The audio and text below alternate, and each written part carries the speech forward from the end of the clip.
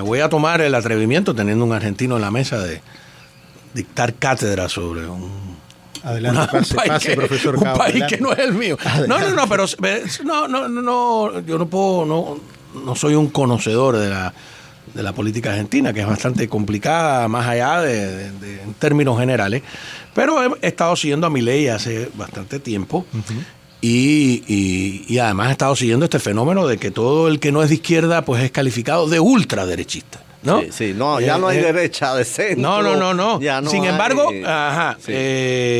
cuando se refieren al peronismo nunca hablan de ultraizquierdismo, que el peronismo y el kirchnerismo es más ultra en muchas cosas que Milei, segurísimo, ¿no? Así que Milei gana las primarias, después vamos a ver qué ocurre, ¿no?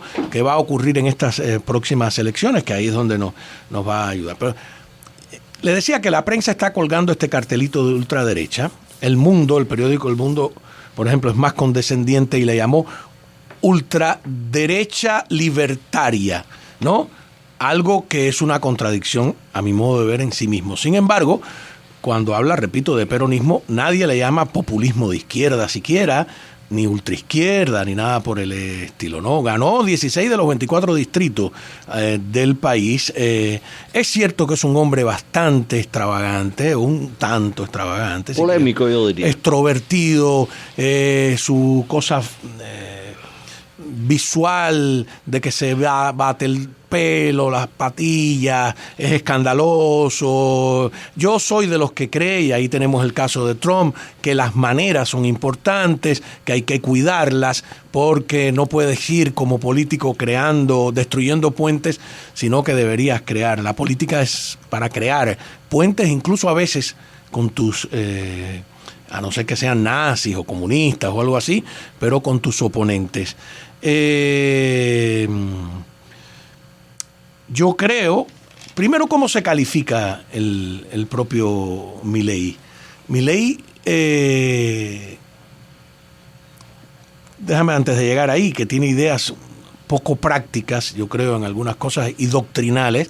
Yo le tengo a veces miedo a los doctrinales de derecha o de izquierda que se apegan al libro y que quieren aplicar una política libresca a la realidad, y la realidad tiene, a veces necesitas que seas elástico, que sepas ceder a veces, aunque las cosas no sucedan como tú quieres, ¿no? Él se califica a sí mismo como un libertario anarcocapitalista. Entonces, lo primero que vamos a ver, ¿qué es un libertario? Libertario es un término que se usa más hoy en día para quienes provienen del anarquismo clásico. Los anarquistas eran los ácratas, que quiere decir gente que no quería el Estado. Los liberales en el concepto europeo también desconfían del Estado, pero creen, como Milton Friedman, que es necesario. Los anarquistas creen que el Estado es un estorbo y que el Estado es en sí mismo una imposición. Bien, eso, los anarquistas iniciales, los anarcosindicalistas, eran de izquierda. Entonces, decir que alguien que viene del mundo libertario, del mundo ácrata y del mundo anarquista es de derecha es en sí mismo una contradicción. Y la idea de que ser capitalista es que tú eres un tipo conservador. No, yo digo que conservadores, fíjate, que aquí no me va a entender nadie a lo mejor, pero conservadores son ellos que cuando llegan al poder lo quieren conservar hasta el infinito. Conservadores son ellos que, mira en Cuba, que eran totalmente... no permitían que tuvieras melena, que tuvieras pelo largo, que tocaras con la guitarra. Eran súper pacatos, ¿cómo se decía? Sí, puede ser pacato. Ajá. Parecían monjes salidos de, no sé, de qué sé yo. Y conservadores son ellos que tú me vas a hablar de revolución. La revolución cubana, que es inmovilista. ¿Cómo una revolución puede ser inmovilista? El movimiento más revolucionario del mundo es el movimiento de la libertad de comercio, de la libertad de prensa, de la libertad de empresa, de la libertad individual. Ese sí es un verdadero movimiento revolucionario. Los otros, en nombre de la revolución, implantan dictaduras y tratan de conservar el poder y de evitar el desarrollo. O sea que por eso yo digo de forma irónica y sarcástica, conservadores son ellos. Entonces, esa idea de enseguida meterle, y mucho menos decir que un anarquista es ultraderechista, que se mezcla con los nazis. O sea, los nazis arrasaban, y los comunistas, los dos. Con los anarquistas. Y con los anarquistas en la Guerra Civil Española arrasaron con ellos. Hubo una época violenta de los anarquistas que provocaron montones de magnicidios. Cuando tú revisas, ¿no?, los magnicidios de Cánovas del Castillo, que fue el Angiolillo, un anarquista italiano, el magnicidio de la Primera Guerra Mundial, que fue un anarquista. Del archiduque Fernando. Del archiduque fue un anarquista. Los que dispararon aquí a presidentes norteamericanos fueron anarquistas en otras épocas. O sea, el anarquismo pasó y el anarcosindicalismo era la izquierda más vociferante, etcétera. Eso fue evolucionando, ¿no? Pero de todas maneras, no es un salto muy brutal querer calificar de ultraderechista a alguien que viene de esa idea. ¿Cuáles son las ideas? Tiene algunas ideas estrambóticas, raras, inocentes, etcétera, pero tiene otras ideas que a mí me parece que estoy absolutamente de acuerdo con ello. Por ejemplo, ¿no?, una cosa que le están criticando y que tiene un fundamento, la eliminación del Banco Central. Pues te voy a decir que los bancos centrales no existieron siempre.